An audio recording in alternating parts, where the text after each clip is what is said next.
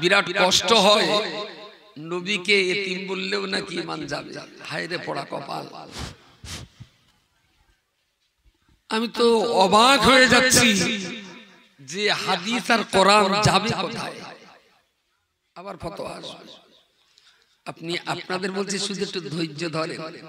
দুনিয়া নামে এই চিড়িয়াখানায় কত উল্লু, কত ভাল্লুক, কত হনুমান, কত বাঁদর থাকবে। আর সব রকম না থাকলে চিড়িয়াখানা মানায় বলে? এখানে বাঘ থাকবে, জলস্থি থাকবে, হনুমান থাকবে, বাঁদরের দাঁত খিচুনি থাকবে, আবার তারই ভিতর দিয়েই একটা ময়না পাখির বুলিও থাকবে, তাই না? চিড়িয়াখানায় শুধু ময়না পাখিটা রাখবেন, হনুমান বাঁদর রাখবেন না, চিড়িয়াখানা মানাবে না। থাক না, সবাই থাক। পৃথিবীতে অনেক কষ্ট মেহনত করে লেখাপড়া শিখে একটা চাকরি করেছেন, গভর্নমেন্ট বলেছে এই চাকরির মেয়াদ 65-60 বছর, তারপরে চাকরি ছেড়ে দিতে হবে। অনেক কষ্ট করে দুনিয়াতে আপনি একটা কোম্পানি এক্সপোর্ট ইম্পোর্টের ব্যবসা প্রতিষ্ঠা করেছেন,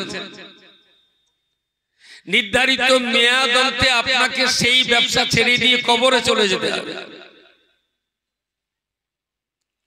35টা মেয়ে দেখার পরে অনেক পছন্দ করে অতি সুন্দর লাবণ্যময়ী অষ্টাদশী বয়সের এক বিশ্ব সুন্দরীকে বিবাহ করেছিলেন। 70 বছর বয়সে তাকে ছেড়ে দিয়েও কবরে চলে যেতে হবে।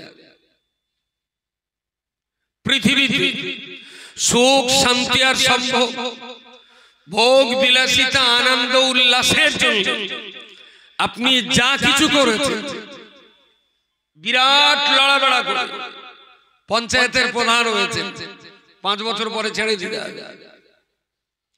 অনেক লড়াই করে পার্লামেন্টের এমপি হয়েছেন, মিনিস্টার হয়েছেন, আর যাতাই মিনিস্টার না, ফুড মিনিস্টার, খাবার কোনো অভাব নেই। নির্ধারিত মেয়াদ অন্তে সেটাও ছাড়তে হবে।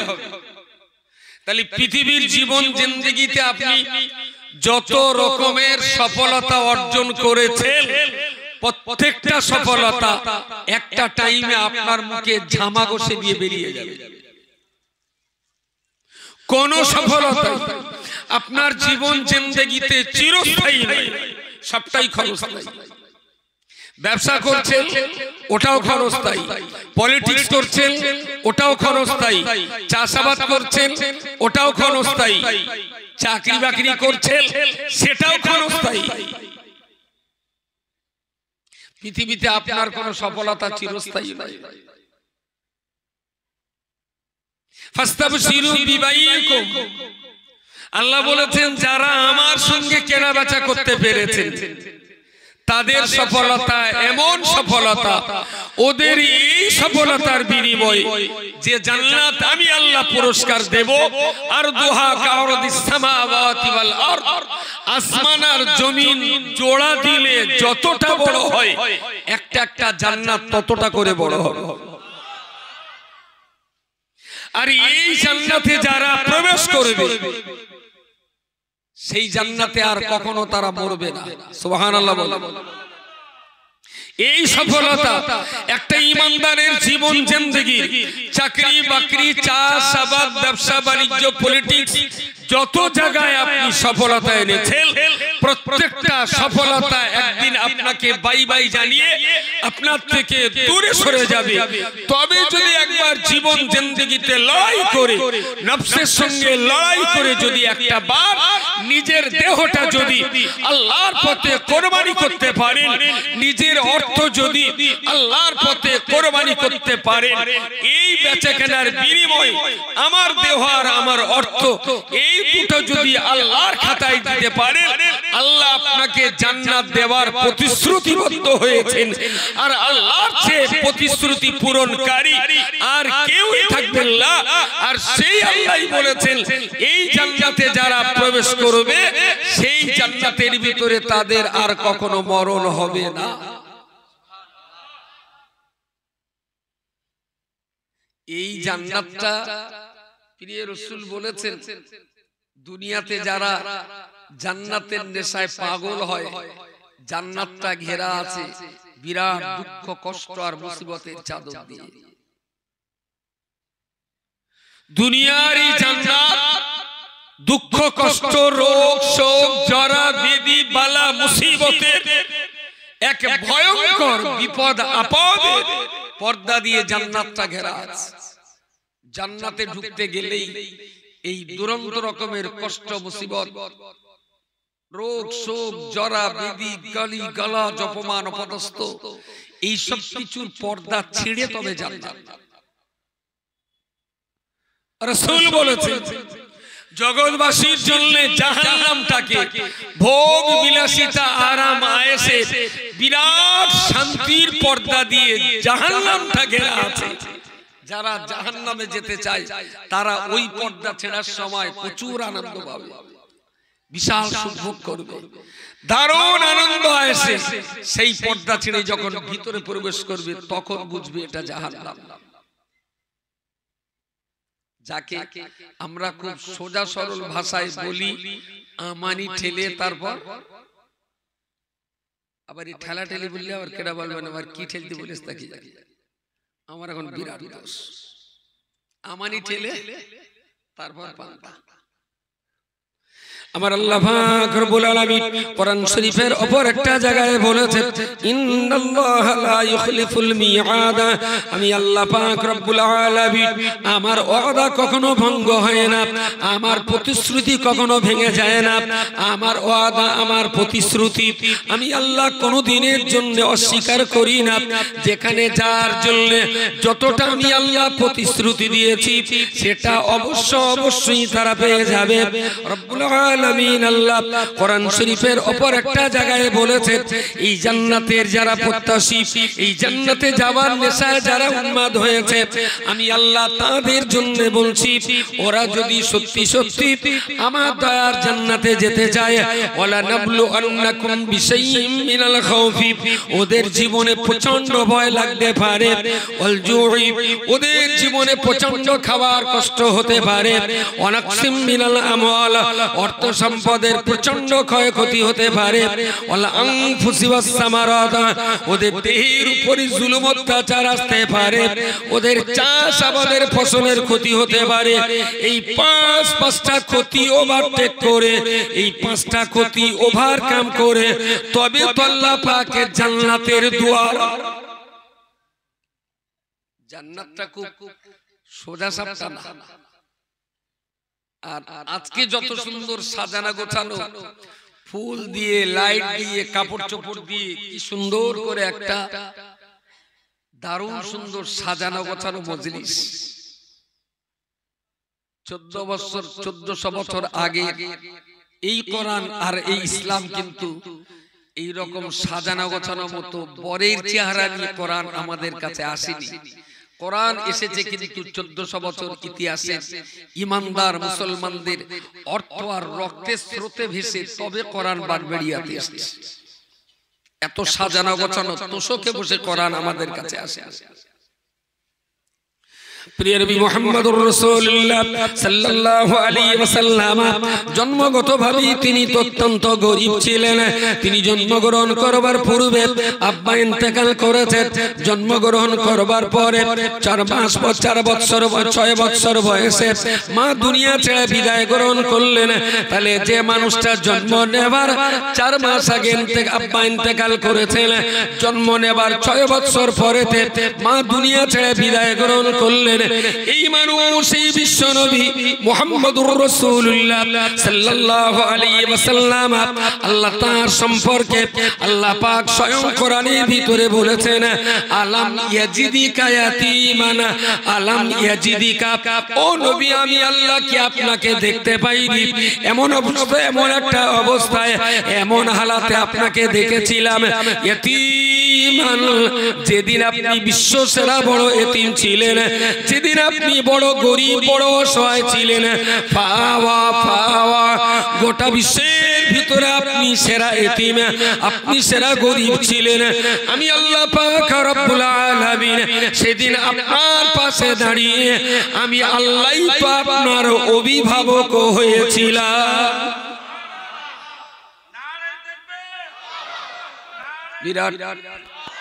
বিরাট কষ্ট হয় নবীকে এতিম বললেও নাকি ঈমান যাবে। হায়রে পড়া কপাল। আমি তো অবাক হয়ে যাচ্ছি যে হাদিস আর কোরআন যাবে কোথায়? হাদিস আর কোরআন দাঁড়াবে কোথায়? এ কোরআন তো আল্লাহ আসমানে দেওয়ার কথা বলেছিলেন, এ কোরআন তো আল্লাহ জমিনে নাজিলের কথা বলেছিলেন, এ কোরআন তো আল্লাহ পাহাড়ে নাজিলের কথা বলেছিলেন।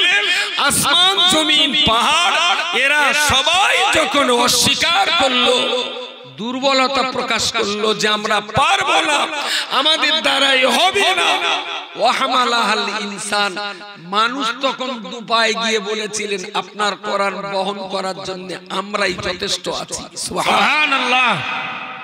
যে মানুষ কোরআন আল্লাহর কাছে চেয়ে নিলেন, সেই মানুষ কোরআনের এই আয়াত এইভাবে অস্বীকার করতে পারে? আলাম ইয়াজিদকা ইয়াতীমান ফাআওয়া ওয়াজাদাকা দাল্লান।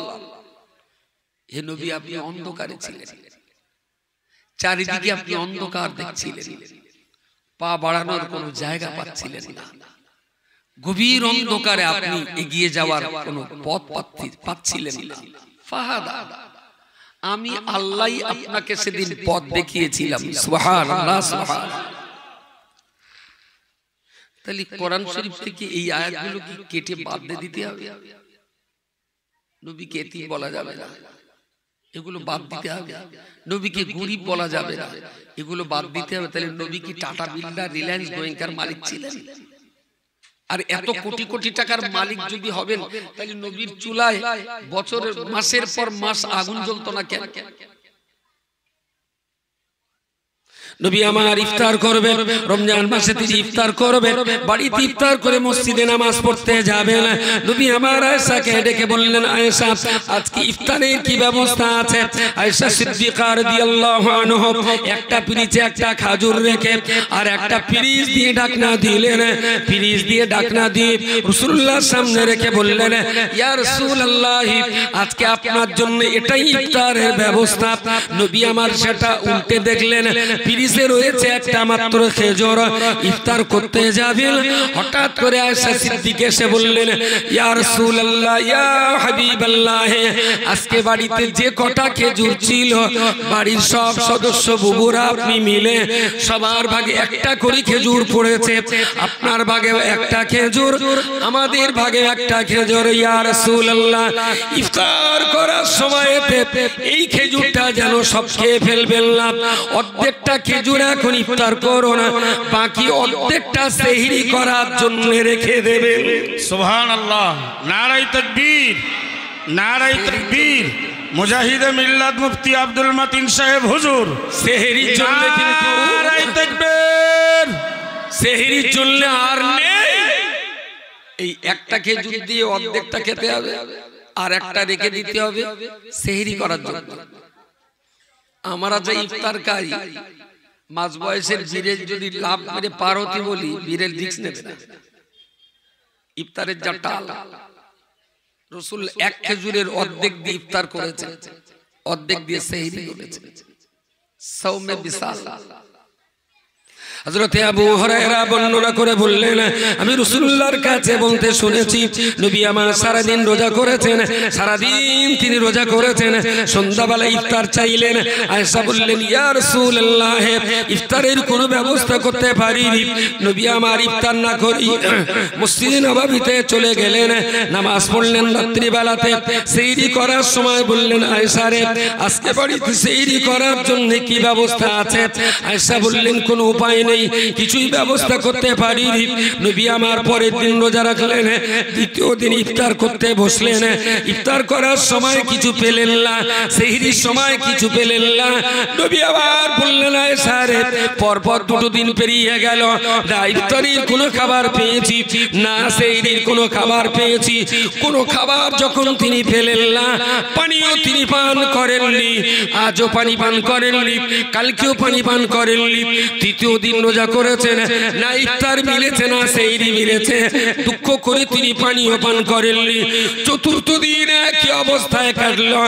একভাবে যেতে যেতে পাঁচটা দিন রাসূলুল্লাহ বিনা ইফতার বিনা সেহরিতে, ইফতার এবং সেহরি ছাড়াই ধারাবাহিকভাবে পাঁচটা রোজা করেছেন, তবুও তিনি রোজা কামাই করেননি। নারে তাকবীর। রাসূলুল্লাহ যদি খুব ধনী ধনকুবের হতেন, তাহলে তো এটা আত্মহননের পথ, যে খাবার থাকতেও না খেয়ে জানে কষ্ট দেওয়া, এটা তো হারাম। কারোর বাড়িতে হালাল মাল আছে কিন্তু না খেয়ে খেয়ে নিজের জানকে কষ্ট দিচ্ছে, এইভাবে যদি মরে ওটা তো আত্মহত্যার করা। যদি বাড়িতে হালাল মাল নাও থাকে তবু জীবনে প্রাণে বাঁচার মতো এক লোকমা হারাম খাদ্য খেয়ে হালাল খাদ্য সন্ধানের পরামর্শ আছে, তবুও হারাম খেতে হবে একগাল। জানে অতিরিক্ত কষ্ট দেওয়াটাও তো হারাম।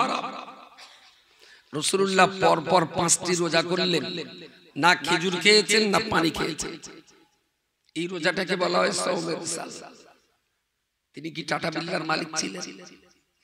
আরে আজকে দুনিয়াতে যারা গরিব আছে এদের বুকের ধড়কন যে রাসূলুল্লাহকে আল্লাহ গরিব করে পাঠিয়েছিলেন, আমি আর কিছু পারি আর না পারি, আমি তো নবীর দলেই আছি, তাই না? গরিব মানুষদের বুকের পাহাড় সমান শক্তি ধরে গরিবেরা। নবী আমার হাদিস শরীফে বলেছেন, রাসূলুল্লাহ হাদিস শরীফে বলেছেন, ও বাবা ও বাবা সাহাবী, আমি এই দোয়া করা পছন্দ করি। সাহাবীরা বললেন, বলুন ইয়া রাসূলুল্লাহ। নবী বললেন, আল্লাহুম্মা হিনি মিসকিনান, ও আল্লাহ তুমি আমাকে মিসকিন হালাতে বাঁচিয়ে রাখো। ওয়া আমিতনি মিসকিনান, আল্লাহ তুমি আমাকে মিসকিন হালাতে মওত দান করো। ওয়া হাশরুনি ফি জুমারাতিল মাসাকিন, ময়দানে মাশরের কঠিন সময় আল্লাহ যেদিন কেউ কারোর হবে না, সেই দিন আমি মুহাম্মদকে দুনিয়ার গরিব মিসকিন এতিম অসহায় গরিব মানুষের সঙ্গে আমার হাসর করিও। জোরে বলুন সুবহানাল্লাহ। নবী বলেছেন, আল্লাহ গরিব হালাতে বেঁচে থাকি, গরিব হালাতে মরি, আর যেন গরিবের সঙ্গে আমার হাসর হয়। বড় লোকরা যেন আবার রেগে না যায়। বড় লোকরা জান্নাতে যাবে, তবে 500 বছর হিসেব ঠেলে। গরিবের দোকানও ছোট, জমা খরচের খাতাও ছোট, যার ব্যবসা যত বড় তার খাতাও তত বড়।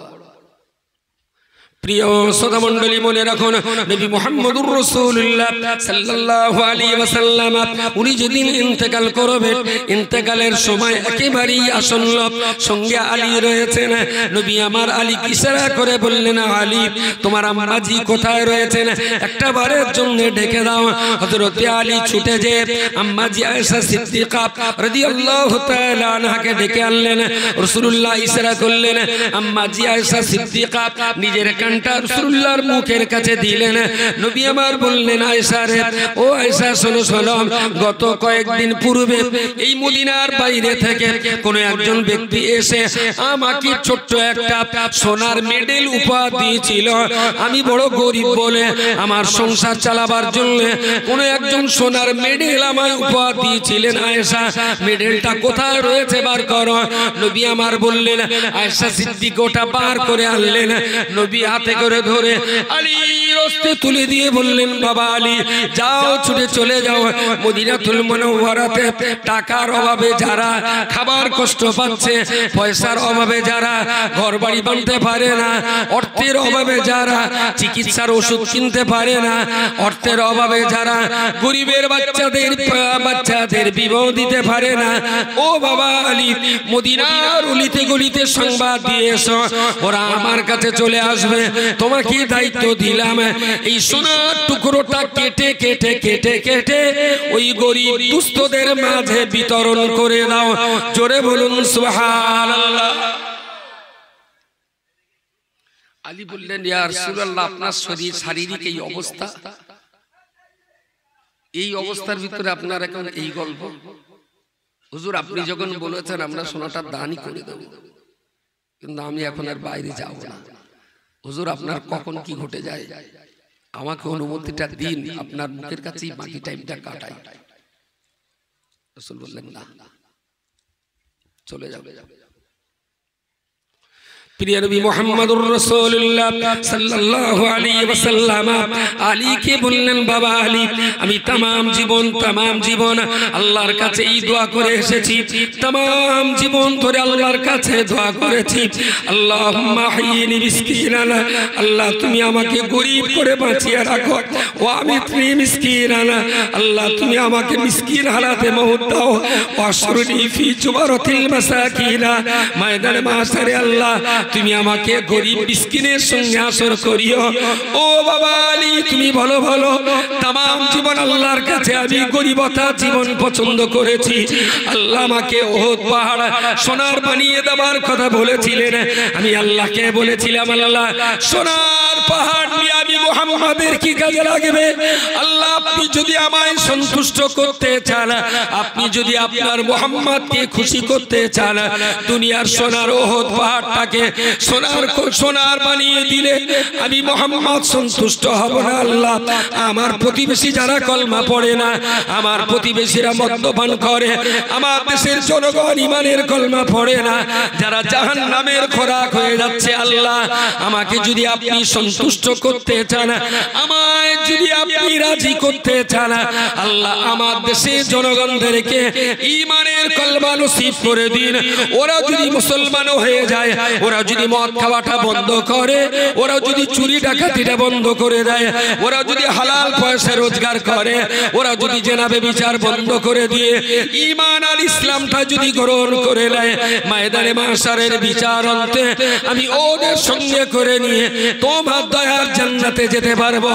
রব্বুল আলামিন আমার দেশের জনগণ ইসলাম ছাড়া হওয়ার কারণে, কোরআন থেকে দূরে সরে থাকার কারণে ওরা জাহান্নামের আগুনে পড়বে, আর আমি মুহাম্মদুর রাসূলুল্লাহ সোনার কাঠে শুয়ে কি করে সুখ ভোগ করতে পারি?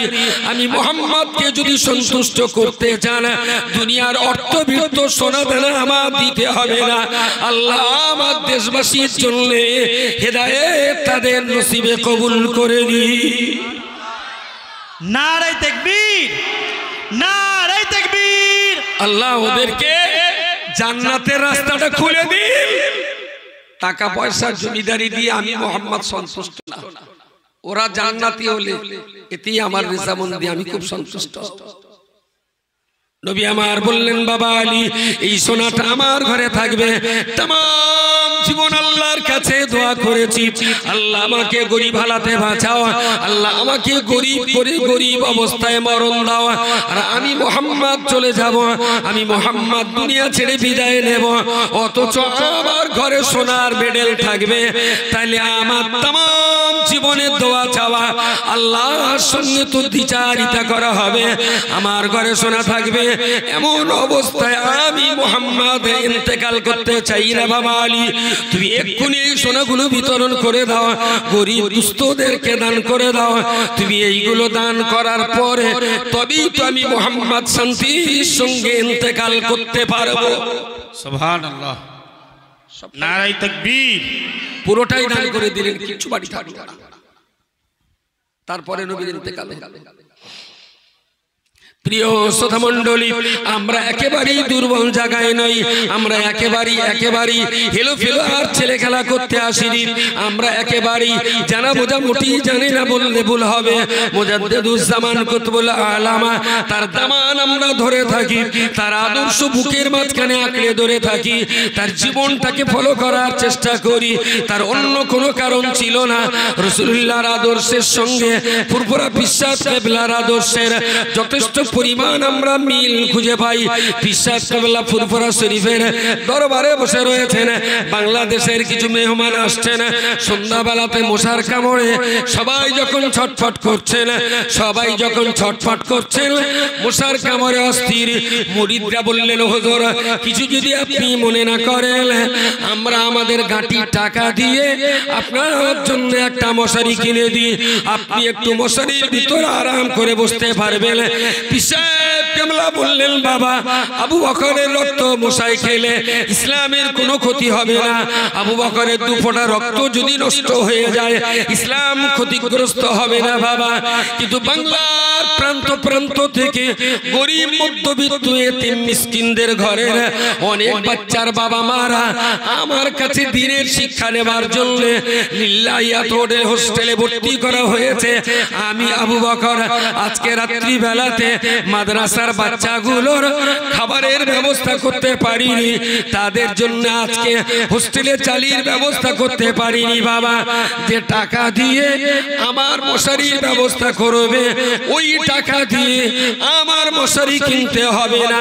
মাদ্রাসার বাচ্চাগুলোর রাতের খাওয়ানোর জন্য 10টা কেজি চালের ব্যবস্থা করে দাও। সুবহানাল্লাহ, নারায়ে তাকবীর। মুজাদ্দিদুজ জামানের হক সিলসিলা, মুজাদ্দিদুজ জামানের হক সিলসিলা অল ইন্ডিয়া সুন্নাত ওয়াল জামাত। নারায়ে তাকবীর। প্রিয় শ্রোতামণ্ডলী, পিসাব কেবলা বলেছিলেন আমার দেহের যত্ন করতে হবে না। রাসূলুল্লাহর মেহমান, দিনের পথের মেহমান, মাদ্রাসার বাচ্চাগুলোর জন্য রাত্রে চালের ব্যবস্থা করে দাও। যেমন পীর সাহেব ছিলেন তেমনি তার শাগরেদ ছিলেন আল্লামা রুহুল আমিন রাহমাহুল্লাহ। তিনি কলকাতার একে ফজলুল হকের পাক সার্কাসের ঘরে ইন্তেকাল করলেন। মেজলা হুজুর পীর কেবলা খবর পেয়ে পাক সার্কাসে চলে গেলেন। পাক সার্কাস ময়দানে তার জোহর বাদ জানাজা নামাজ পড়া হলো। মেজলা হুজুর কেবলা বললেন, বাবা আমি খুব ব্যস্ত মানুষ, বসিরহাট পূর্বরা থেকে বসিরহাট পর্যন্ত হয়তো যেতে পারবো না, ওখানে একটা জামাত হয়ে গেল। এবারে হুজুরের লাশ মোবারক গাড়ি ভাড়া করে পূর্বরা থেকে আপনার কলকাতা থেকে বসিরহাটে নিয়ে যাওয়া হলো। তখনকার দিনের 10টা টাকা গাড়ি ভাড়া ছিল। আল্লাহ হুজুরের লাশ হুজুরের বাড়িতে চলে গেছে। 10টা টাকা গাড়ি ভাড়া দেওয়ার মতন অর্থ বাড়ির কোথাও পাওয়া গেল না, হুজুরের জামার পকেটে পাওয়া গেল না, ড্রয়ার খুলে পাওয়া গেল না, আলমারি খুলে পাওয়া গেল না। আম্মাজি গিয়ে জিজ্ঞেস করা হলো, কেন লাশ বাড়িতে এসেছে, 10টা টাকা গাড়ি ভাড়া দিতে হবে, অর্থ কোথায়?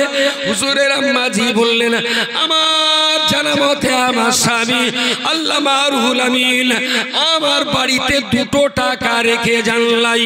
জোরে বলুন সুবহানাল্লাহ। বসিরহাট হুজুর ইন্তেকাল করেছেন, জনগণের টাকা তুলে তার গাড়ি ভাড়া দিতে হয়েছে। দাদা হুজুরের গায়ে মশা কামড়ানোর মশারি কিনে দিতে চেয়েছিলেন। পিসাব কেবলা সে টাকা মাদ্রাসার বাচ্চাদের দান সাদকা করতে বলেছেন। রাসূলুল্লাহর বাড়ি সোনার মেডেল ছিল, নবী আমার সেটা দান করে তবে তিনি আল্লাহর ডাকে সাড়া দিয়েছে।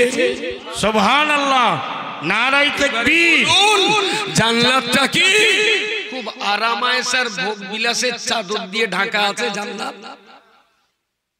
অনেক পরীক্ষা, অনেক ত্যাগ, অনেক সাধনা, অনেক কোরবানি, অনেক অর্থ, অনেক জীবন আর অনেক রক্ত দিয়ে ওই পর্দা ছিঁড়ে তবে জান্নাতের সুখ ভোগ করতে হয়। প্রিয় শ্রোতা মণ্ডলী, আল্লাহ পাকের কোরআনের ভিতরে আমার আল্লাহ নিজেই যখন বলেছেন ফাস্তাবশিরু বিবাইয়িকুমুল্লাযী, ফাস্তাবশিরু বিবাইয়িকুমুল্লাযী, যে সমস্ত ঈমানদার বান্দারা তার জান এবং মাল, জীবন এবং অর্থ এই দুটোই যারা আল্লাহর খাতায় বিক্রি করেছে, আমি আল্লাহ তাদের জন্য তাদের কাছে প্রতিশ্রুতিবদ্ধ আমার জান্নাত তাদের কাছে, আমার জান্নাত শুধুমাত্র তাদের কাছে বিক্রি হবে। নরেন্দ্র মোদীর কাছে আল্লাহ জান্নাত কখনো বিক্রি হবে না। টাটা, বিড়লা, রিলায়েন্স, গোয়েঙ্কা, আদানি, আম্বানিদের কাছে আল্লাহর জান্নাত বিক্রি করা হবে না। পৃথিবীর যত কোটি টাকাই তারা খরচ করুক না কেন, আসলে ইমানদার ব্যক্তি ছাড়া আল্লাহর জান্নাত কোনো বেঈমানের কাছে বিক্রি করা হবে না। আমার এই উপস্থিত জনগণ, আপনারা যারা এখানে এসেছেন, আমি বিশ্বাস করি আপনার ইমানদার, মুখে আপনাদের কলমা রয়েছে, ভিতরে আপনার ঈমান রয়েছে। সত্যি যখন আপনি ঈমানদার, আপনার দেওয়া আল্লাহর জন্য ব্যয় করতে হবে, আপনার অর্থ বিত্ত আল্লাহর প্রতি খরচ করতে হবে, আপনার অর্থ আপনার জীবন এই দুটো আল্লাহর কাছে বিক্রি করতে হবে, তবে তো আল্লাহ পাকের দয়ার জান্নাতের প্রকৃত অর্থে হকদার আপনি হতে পারবেন। সুবহানাল্লাহ। ভাই একটুখানি সামনের জায়গাগুলো পূরণ করে বসবেন। সময় শর্ট, যেখানে আছেন ওখানেই থাকুন। যদি নিজেকে ইমানদার বিশ্বাস করে তাহলে বলছি আপনাকে খাওয়ার কষ্ট, পড়ার কষ্ট, মাকার কষ্ট, জানের কষ্ট, অনেক কষ্ট আপনাকে সহ্য করতেই হবে। যদি এই কষ্টগুলো না আসে তাহলে রাত্রে এসার নামাজে পড়ে একটু কাঁদুন যে আল্লাহ ইমানদারের জন্য যত পরীক্ষা, ওই পরীক্ষাগুলো আমার হচ্ছে না কেন, তাহলে আমি কি এখনো বেদিন আছি? আল্লাহর কাছে কাঁদুন। পরীক্ষা হওয়া আপনার জন্য খুব জরুরি, খুব জরুরি।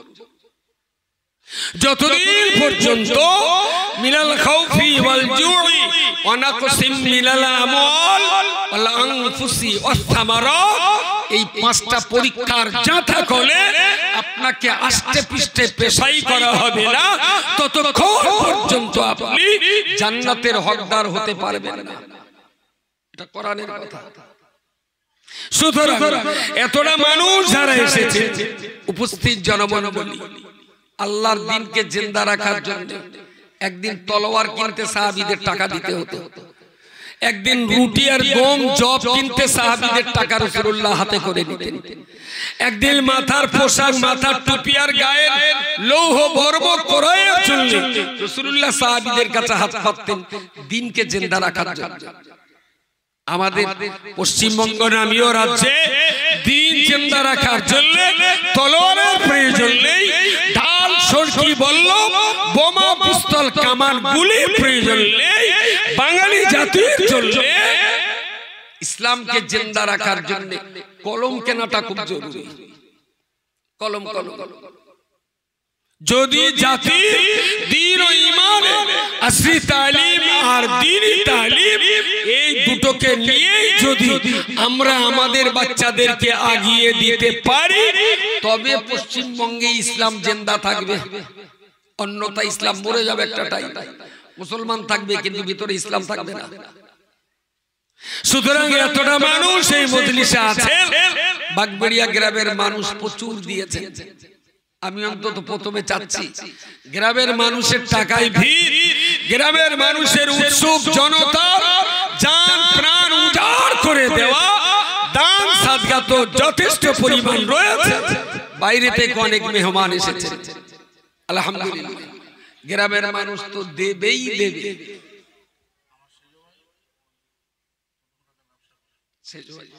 কত কিসের ব্যবসা?